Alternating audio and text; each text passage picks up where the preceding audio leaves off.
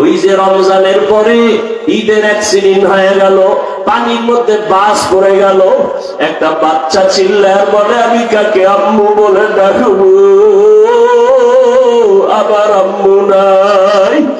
গাড়ির ভিতরে পানির নিচে আবার আম্মু আটকাইয়া, পানির ভিতরে নিঃশ্বাস বন্ধ। ওই বাচ্চার কান্না দেখে কোনো মানুষ চোখের পানি ধরে রাখতে পারে না। আবার একটা মা কাঁদে, আমার বাচ্চা পানির ভেতরে মারা যাইতেছে, আমি বাচ্চা ছাড়া দুনিয়ায় কেমন করে বাঁচবো। এক বান্দা কাঁদে, আমার স্ত্রী পানির ভিতরে আটকে গেল, আমি আমার স্ত্রী ছাড়া কেমনে বাঁচবো। এরে আল্লাহর বান্দারা, দুনিয়া কিছুই না, এখনো সময় আছে, তওবা করে নাও। ওরে যুবকেরা, মা বাবার দোয়া নাও। এই মা বাবা হারায় গেলে আর কাঁদলেও মা বাবারে পাইবা না। ওই মায়ের দোয়া দিয়ে সামনে আগাও। গুনার কথা স্মরণ করিয়া যদি চোখে পানি না আসে, মনে করিও আল্লাহ বেজার হয়ে গেছে। মায়ের দোয়া নাও, বাবারে পাইলে দোয়া চাইও।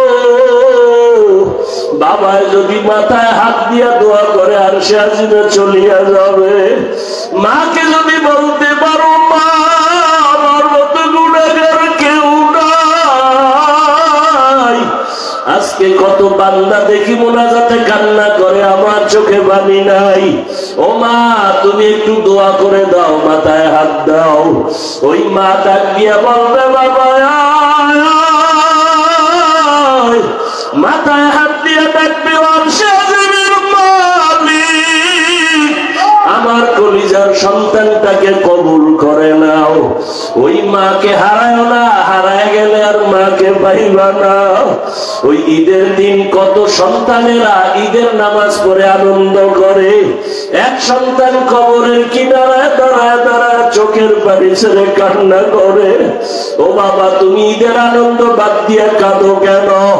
যুবক বলে, গত ঈদের সময় আমার মা আমার মাথায় হাত দিয়া দোয়া করেছিলেন, আমার বাবা আমার পাশে নামাজ আদায় করছিলেন। আজকে যখন আমি ঈদের নামাজের রওনা দেখি আমার মায়ের বিছানা খালি, আমার বাবার বিছানাটা খালি, আজ আমাকে কে একটু মাথায় হাত দিয়া সান্ত্বনা দিবে? আমার মা নাই, আমার বাবাও নাই, আমি বড় এতিম। ও আল্লাহর বান্দারা, চোখে পানি রাখো। যদি কান্না না আসে, ডানে বামে দেখো কার চোখে পানি। এক ফোঁটা চোখের পানি বড় দামি এক সম্পদ। এখন অনুরোধ করে বলি, আল্লাহর কাছে দোয়া করো। মা বাবা যদি কবরে থাকে, কবরের কিনারায় যাও, দোয়া করো, চোখের পানি ছেড়ো। মা বাবার জন্য কলিজা ভরে দোয়া করো, খেদমত করো, মা বাবার নামে দান সদকা করো। মা বাবার বরদোয়া নিলে কপাল পুড়িয়া যাবে। এই জায়গায় জানি না কারা এতিম। মোনাজাত দিয়ে অনেকে বাড়ি যাবে, মা অপেক্ষায় থাকবে, কেন এত দেরি আসে না কেন? আর যার মা নাই, যার বাবাও নাই, ওর কলিজাটা ভেঙ্গে চৌচির হয়ে গেছে। আর যেই মা এমন একটা রাত্র নাই টেলিফোন করে খবর নেয় না, বাবায় রাত্র যত গভীর হয় ফোন করে বলে, বাবা কখন খাইছো, ঘুমাইবা কখন, শরীরের কি হালাত? যার মা নাই, যার বাবা নাই, তাকে টেলিফোন করে খোঁজ নেওয়ার কেউ নাই। ও যুবকেরা, যার মা বাবা বেঁচে আছে, এই রত্ন হারাইও না।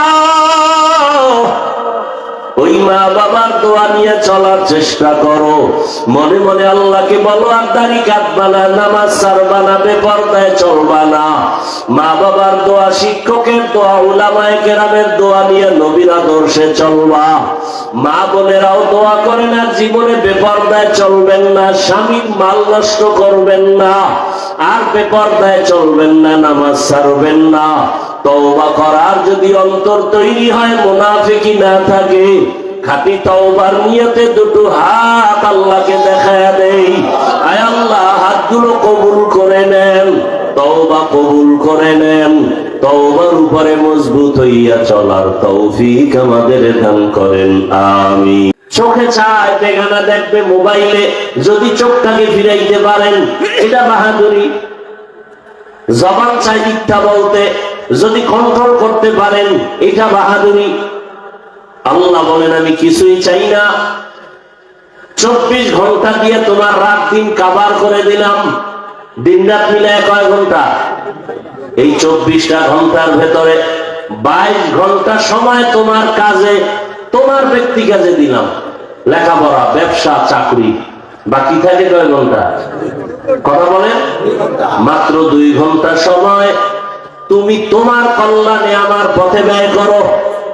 তাহলে 22 ঘন্টা আমাদের নিজের কাজের জন্য, ব্যবসা, চাকরি, সংসার, লেখাপড়া, আর 2 ঘন্টা আমার কল্যাণে আল্লাহর পথে দিব। তাও একসাথে না। যদি আল্লাহ বলতেন একসাথে নামাজ পড়ো 2 ঘন্টা, কষ্ট হবে। আল্লাহ দেন নাই কষ্ট, কারণ আদরের বান্দা তো, আল্লাহ কষ্ট দেন না। যদি বলতেন একসাথে 2 ঘন্টা তোমার তেলাওয়াত করতে হবে, কষ্ট হতো না? একসাথে 2 ঘন্টা জিকির করা লাগবে, আমাদের কষ্ট হতো। আল্লাহ 2 ঘন্টাকে ভাগ করলেন, এমন ভাবে দিলেন যাতে তোমার 2 ঘন্টার আমল করতে গিয়া না তোমার ব্যবসার ক্ষতি না হয়, চাকরির ক্ষতি না হয়। বলে তা কেমনে? কয় ফজরের সময় ঘুম থেকে উঠা 4 রাকাত নামাজ পড়ো, 20 মিনিট সময়। কয় মিনিট? এর বেশি লাগে? এরপরে তুমি নাস্তা খাইয়া দোকানে যাও, ব্যবসায় যাও, চাকরিতে যাও। দীর্ঘ টাইম ব্যবসা করার পরে আবার জহুর, গোসল করে পরিপাটি হয়, আবার 10 রাকাত নামাজে 20 মিনিট দাও। আবার তুমি খানা খাইয়া তুমি আবার দোকানে যাও, আবার কিছুক্ষণের পর আসরের 4 রাকাত নামাজে 20 মিনিট দাও। আসরের 4 রাকাত পরে আবার দোকানে যাও, আবার চাকরিতে যাও। আবার মাগরিবের সময় 5 রাকাত নামাজে 20 মিনিট দাও। আবার তুমি দোকানে যাও, আবার দীর্ঘ টাইম পরে এশার 9 রাকাত নামাজে 20 মিনিট দিয়া ঘরে যাও। সন্তানের হক আদায় করো, স্ত্রীর পরিবারের হক আদায় করো, এরপরে আবার ঘুমায় যাও। নবীজি বলেন যদি এরকম তুমি 20 মিনিট করিয়া 5 বেলার নামাজে সময় দাও, ব্যবসারও ক্ষতি হবে না, চাকরির ক্ষতি হবে না, লেখাপড়ার ক্ষতি হবে না। বিনিময় কি পাবা? 5 ওয়াক্ত নামাজের সওয়াব না, তোমার ব্যবসা, চাকরি, নামাজের বরকতে সব ইবাদত হয়ে যাবে। নবীজি হাদিসে বলেন কেউ যদি এশার নামাজ পড়ে ঘুমায়, আবার যদি ঘুম থেকে উঠে ফজরের নামাজ আদায় করে, ঘুমাইয়া যেই সময়টা কাটাইলো এই সময়টাও নেকের পাল্লায় ওজন হয়ে যাবে। আতিনা ফি দারে দুনিয়া না হাসান, আতিনা ফি দারে উকবা না হাসান, ইয়া গিয়াসাল মুস্তাগীসিন ইহদিনা লাফতিখারা বিল উলুমি ওয়াল গিনা। हर गरीबे नेको तू तैयार है, जो न मांगे उससे तू बेजार है। আল্লাহর পথে আমাদের নিজেদের কল্যাণের জন্য দিবেন কয় ঘন্টা? আর বাকি 22 ঘন্টা আমাদের ব্যক্তি কাজে। আল্লাহ খানা সব যা দিয়া ব্যবসাও বন্ধ করলেন না। এত সুযোগ পাইয়াও যারা 2 ঘন্টা সময় আলাদা আলাদা 20 মিনিট করে নামাজে দিবে না, আল্লাহকে রেডি হ, তোর কড়াই গন্ডায় হিসাব নিয়া এরপরে আমি ছাড়ব, তোরে এমনি ছেড়ে দিব না। এত সুযোগ দিলাম, এরপরেও যদি নামাজ আদায় না করো, নবীজি বলেন একটা মানুষ যদি 5 বার একটা পানির হাউজের মধ্যে গোসল করে, ওই শরীরে ময়লা থাকে না। ঠিক যারা 5 ওয়াক্ত নামাজ আদায় করবে, ওই বান্দার আমল নামায় কোনো গুনাহ থাকতে পারে না। নামাজ বড় আল্লাহর মুহাব্বতের একটা ইবাদতের অংশ নামাজ।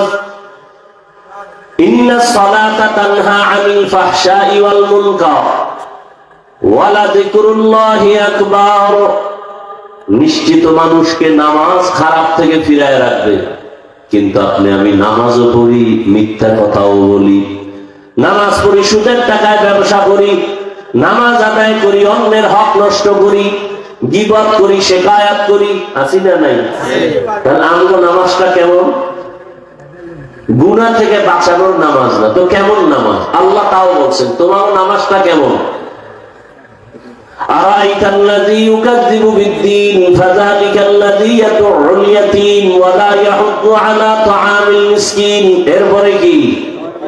ফাওয়াইলুল লিল মুসাল্লিন, ওয়াইল নামক জাহান্নাম নামাজি মুসল্লিদের জন্য।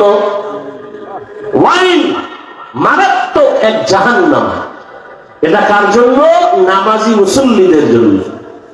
এবার বুঝেন আপনি কোন নামাজ পড়তেছেন।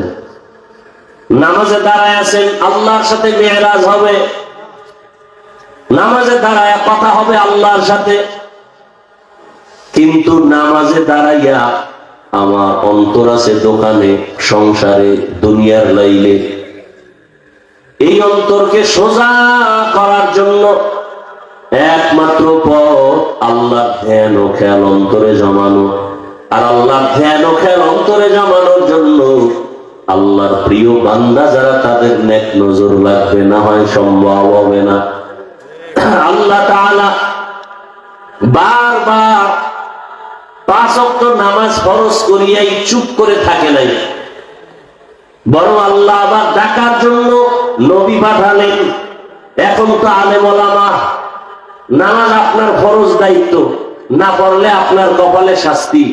এরপর আলেম ওলামারে আল্লাহর রাসূল লাগাই দিয়ে গেছেন আল্লাহর পক্ষ থেকে, বুঝাও, নামাজের দাওয়াত দাও।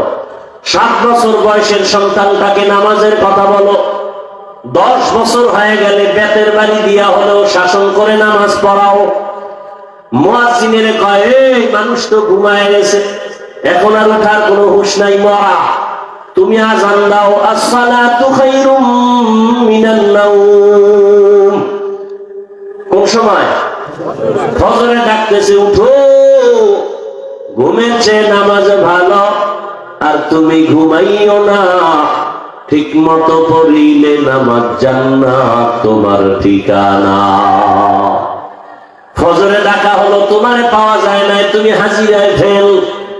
আল্লাহ কানি রাখ না, আমি আবার আল্লাহ দয়ার দরজা দিয়া জোহরের সময় আবার ডাকার ব্যবস্থা করলাম। বান্দা ফজরে আসতে পারো নাই, জোহরে মসজিদে এসে হাজিরা দাও। জোহরের হাজিরায় তোরে পাই নাই, আমি আল্লাহ রাগ করি নাই, মুয়াজ্জিনের দিয়ে আবার আসরে ডাকাইলাম, হাইয়া আলাস সালাহ। আসরের হাজিরায় তুমি নাই, আমি আল্লাহ বেজার না, আবার মাগরিবের আজ হাজিরায় ডাক দেওয়াইলাম, মাগরিবের ডাকেও মুয়াজ্জিনের ডাকে সাড়া দাও নাই, আমি আল্লাহ এবার এশায় ডাক দেওয়াইলাম, আমি আল্লাহ বেজার হই না, আসো এশার নামাজের হাজিরায় যাও, সেজদা যদি দাও আমি আল্লাহ তোর জীবনের গুনাহ সেজদায় মাফ করে দিব। এশার হাজিরায় তুমি নাই, আমি আল্লাহ এখনো রাগ করি নাই। মুয়াজ্জিন ডাকে যাও না, আলেম ডাকে যাও না, বাবায় ডাকে যাও না, মা ডাকে নামাজ পড়ো না। আল্লাহ কয়, এত কিছুর পর আমি রাগ করি নাই, এবার আমি আল্লাহ নিজে রেডি হয়েছি ডাইরেক্ট আমার বান্দাকে ডাকার জন্য। আমি আল্লাহ নিজে রেডি। মুয়াজ্জিন আর ডাকবে না, বাবায় ডাকবে না, মা ডাকবে না, ভাই ডাকবে না, কেউ ডাকবে না, এখন ডাকবে কি? অতি গভীর হয় রজনী যখন, নীরবে প্রভুর নাম জপিও তখন। প্রভুর করুণা যদি পাইবারে চাও, গভীর রাতে উঠে প্রভুর গুণগান গাও। আমার আল্লাহ বলেন, আমি ডাকার জন্য আসতেছি। কোথায়? প্রথম আসমানে। কোন সময়? ফজরেও না, জোহরেও না, আসরেও না, মাগরিবেও না, এশায়ও না, রাতের শেষ অংশ, শেষ ভাগ, ভোর রাত, ওই সময় আমার আল্লাহ প্রথম আসমানে আসেন আর ডাকেন, আলানি মুস্তাগফিরিন ফাগফির আলাহ। ও জাহান্নামের আসামি গুনাহগার, গুনাহ করতে করতে পাহাড় বানায় ফেলছো। ডানে তাকায় দেখো গুনাহ, বামে গুনাহ, সামনে পেছনে গুনাহ। মনে হয় আমার গুনাহ ছাড়া কিছুই নাই, আমার জাহান্নাম ছাড়া উপায় নাই। আল্লাহ তাআলা বলেন, ও বান্দা তুমি যদি গুনাহ করো কি পরিমাণ, পাহাড়ের থেকেও বড়। আল্লাহ কয় লা তাকনাতু মির রাহমাতিল্লাহ, আমার রহমতের দরজা, রহমতের ভারী বোঝা পাহাড় থেকেও বড়। বান্দা কয় আল্লাহ আমার গুনার বোঝা জমিন থেকেও বড়। আল্লাহ বলে বান্দা আমার রহমত জমিন থেকেও বড়। বান্দা বলে আমার গুনার বোঝা বিশাল আসমান থেকেও বড়। আল্লাহ বলেন আমার ক্ষমা আর রহমতের দরজা তার থেকেও বড়। বান্দা তুই যদি একবার আল্লাহ বলিয়া ডাক দাও আর চোখের পানি তুই সারিয়া দাও, চোখের পানি গালের নিচে যাওয়ার আগে আমি আমার রহমতের দরজা দিয়া তাকাইয়া আমি তোমার জীবনের সব গুনাহ মাফ করে দিব। ও বান্দা ভোর রাতে উঠিয়া ডাক দাও। কত আল্লাহর বান্দারা ভোর রাতে ঘুমায় না, রহমতের নবী এশার নামাজ পড়ে ঘুমায় যান, ভোর রাতে উঠিয়া নামাজে দাঁড়ায় কাঁদেন। আম্মা জান আয়েশা রাদিয়াল্লাহু আনহা বলেন, রহমতের নবী এশার নামাজ পড়ে কথা না বলে ডাইরেক্ট আমার হুজরায় আসতেন ঘুমানোর জন্য। একদিনের ঘটনা, রহমতের নবী বললেন, আয়েশা আজকে আমি ঘুমাবো না, আপনার থেকে একটু ছুটি চাই রাতের জন্য। আয়েশা বলেন, আমি ভাবলাম অন্য কোন বিবির ঘরে হয়তো যাবেন, আমি না করব কেন? মুস্কি হেসে বললাম, ইয়া রাসূলুল্লাহ আপনি অন্য ঘরে যান, যেখানে যান বাধা নাই। কিন্তু আম্মা জান আয়েশা বলেন, অন্য কোন বিবির ঘরে নবী যান নাই। আমি তাকায় দেখতেছি শুইয়া শুইয়া রহমতের নবী রাতের গভীর অন্ধকার নবী নামাজের মুসাল্লায় দাঁড়ায় গেলেন। নবী নামাজে দাঁড়াইয়া জোরে জোরে তেলাওয়াত শুরু করলেন। আলহামদুর পরে সূরা বাকারা পড়তেছে, নবী তেলাওয়াত চলতেছে চলতেছে, আর নবীর কান্না, নবীজির চোখ মুবারক থেকে পানি পড়ে দাড়ি ভিজিয়া যায়। আমি আয়েশা ভাবলাম বড় সূরাটার অর্ধেক গিয়া রুকুতে যাবেন, নবীজি পুরা বাকারা সূরা পড়লেন, রুকুতে গেলেন না। এরপরের সূরাও শুরু করলেন, রুকুর খবর নাই। এরপরের সূরাও শুরু করলেন, রুকুর খবর নাই। এভাবে করতে করতে এমন কান্নাও চলতেছে দীর্ঘ সময়। নবী অনেক টাইম নিয়ে তেলাওয়াত করিয়া সবেমাত্র রুকুর মধ্যে গেলেন। মনে হয় আমি ভাবলাম নবীজির জীবনের শেষ নামাজ, মনে হয় নবী বিদায় হয়ে যাবে। নবীজি জীবনের শেষ নামাজে দাঁড়াইলেন, রুকুর থেকে নবী আর উঠেন না, কান্না চলতেছে নবীর। আমি আয়েশা তাকায় দেখতেছি, অন্তরে ভয়, নবী বোধহয় বিদায় হয়ে যাবে, আর বাঁচবেন না, আমাদের এতিম করে চলে যাবেন। নবী রুকুর থেকে উঠে না। দীর্ঘ সময় পরে নবী রুকুর থেকে উঠিয়া মাথা উঁচু করে দাঁড়ালেন, আবার কান্না চলতেছে। সর্বশেষে সেজদায় চলে গেলেন। প্রথম রাকাতের প্রথম সেজদায় গিয়া নবী কান্না আর কান্না। দ্বিতীয় সেজদারও খবর নাই। মায়ার নবী এত অঝোর ধারায় কান্না, নবী সেজদা থেকে মাথা উঠান না।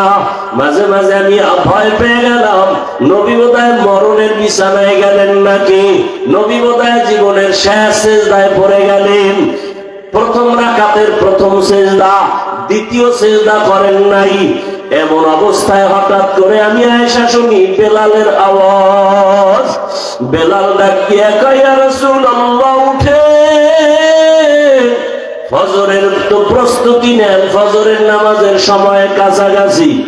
রহমতের নবী এক রাকাতের এই প্রথম সেজদা মাত্র। বেলালের আওয়াজ পাইয়া আমি ভয় পেয়ে গেলাম, ফজরের সময় কাছাকাছি চলে আসলো। আম্মা জান আয়েশা রাদিয়াল্লাহু আনহা কাঁদেন, নবীজির এত করুণ কান্না, আমি ভয় পেয়ে গেলাম। রহমতের নবী ভোর রাতে আমার মাওলার সাথে কথা বলেন।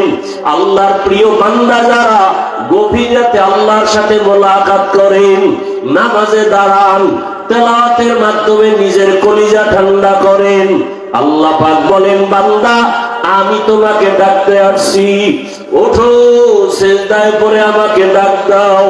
ইয়া রাব্বি গফিরলি, আমি আল্লাহ একদিন ডাকি না, প্রতিদিনের রাতের শেষ ভাগে আসি ডাকার জন্য। এত নিয়ামত দেওয়ার পরে, এত ডাকার পরও যারা উঠবা না, আমি আল্লাহ তোমাকে এমনে ছেড়ে দিব না। আমি আল্লাহ তোমার মতো নিমক হারাম মানুষের জন্য ভয়ঙ্কর জাহান্নাম বানায় রেখেছি, যেই জাহান্নামের 1 সেকেন্ডের গরম সহ্য করা যাবে না, যেই জাহান্নামের ভয়ে আর গরমে হাসরের মাঠে নবীরা পর্যন্ত কান্না শুরু করবেন। মুসা নবী কাঁদবেন, নিজের চিন্তায় ঈসা নবী কাঁদবেন, আদম নবী কাঁদবেন। এমন অবস্থা হবে রে বাবা, আল্লাহর কোরআন সত্য, হাদিস সত্য, রাসূলের। এখনো সময় আছে, তওবা করো। ও আমার যুবক বাবারা, বৃদ্ধ বাবাজিরা, পর্দার আড়ালের মা বোনেরা, আল্লাহর কাছে তওবা করে। এর যুবক, তোমার মতো কত যুবক নামাজি, স্কুলে পড়ে, কলেজে পড়ে, চাকরি করে, ব্যবসা করে, নামাজ পড়ে, অভাব নাই, তুমি কেন পারবা না?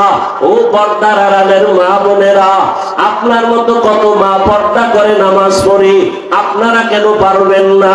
আজকে বাজারে বাজারে ঘুরবেন, স্বামীর মাল নষ্ট করবেন না, আল্লাহর মোহাব্বত নিয়ে তওবা করেন, আল্লাহর কাছে তওবা করেন, 5 ওয়াক্ত নামাজি হন, সন্তানটাকে আদর্শওয়ালা বানান। এরে যুবক, এখনো সময় আছে, তওবা করো। মা বাবার দোয়া নিয়ে সামনে আগাও, শিক্ষকের দোয়া নিয়ে সামনে আগাও, ওলামায়ে কেরামের দোয়া নিয়ে সামনে আগাও।